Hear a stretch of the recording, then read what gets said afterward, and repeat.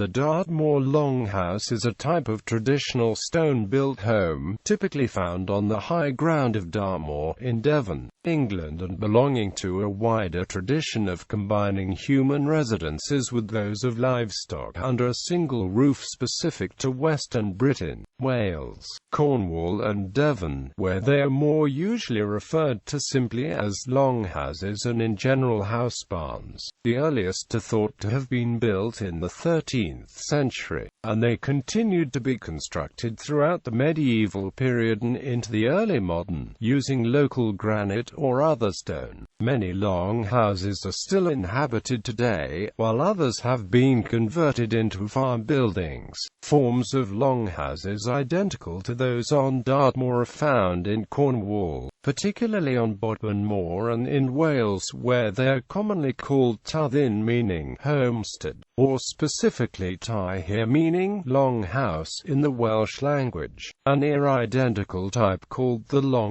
can also be found in northwestern and central France. Higher Uppercut, one of very few remaining longhouses to retain its original unaltered shippen and medieval thatch, is a Grade I listed building, and is now owned by the Dartmoor National Park Authority. Another fine example of a 16th century longhouse, extended and enlarged, can be found at Cullercott near Launceston in Cornwall. The longhouse consists of a long, single-story gable-ended granite structure built lengthwise down the slope of a hill, with a central cross passage dividing it into two rooms, sometimes partitioned with a screen. The high end of the building was occupied by the human inhabitants. Their animals were tethered in the lower, especially during the cold winter months. The animal quarters, called the shippen or shippen, a word still used by many locals to describe a farm building used for livestock,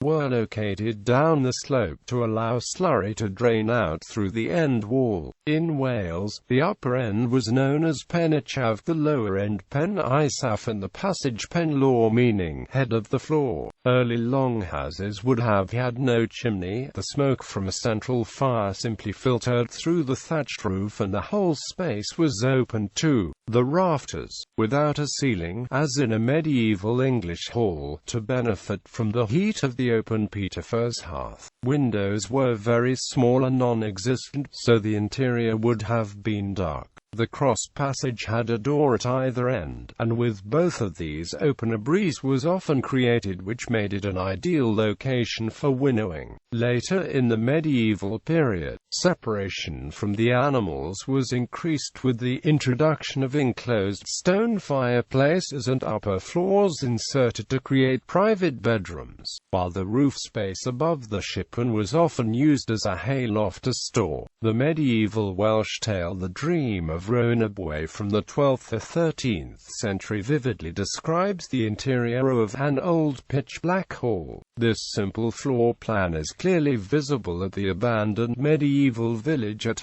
Tor, which was inhabited from the mid-13th to the mid-15th centuries, corresponding with the establishment of the ancient tenements on the higher moorlands, and abandoned as a result of depopulation following the Black Death after 1340.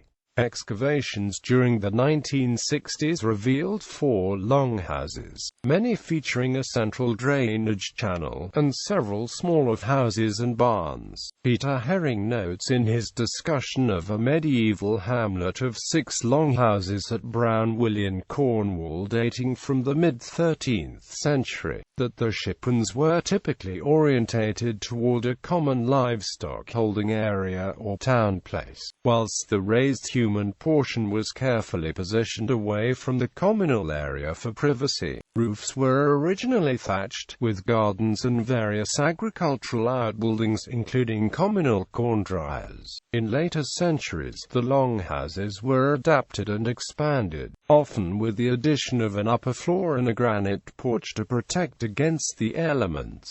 Substantial ingle-nook fireplaces and chimneys were also added, along with adjoining dairies, staircases and linhays, and can be seen at many of the surviving Dartmoor longhouses today, which often have roofs replaced with local Welsh slate. Mainly in the 19th century, the ownership of an extensive longhouse is regarded as a sign of the relative prosperity of the rural region, and longhouses would usually have been occupied by landowning families rather than tenant peasants who would have occupied much humbler dwellings. Gallery.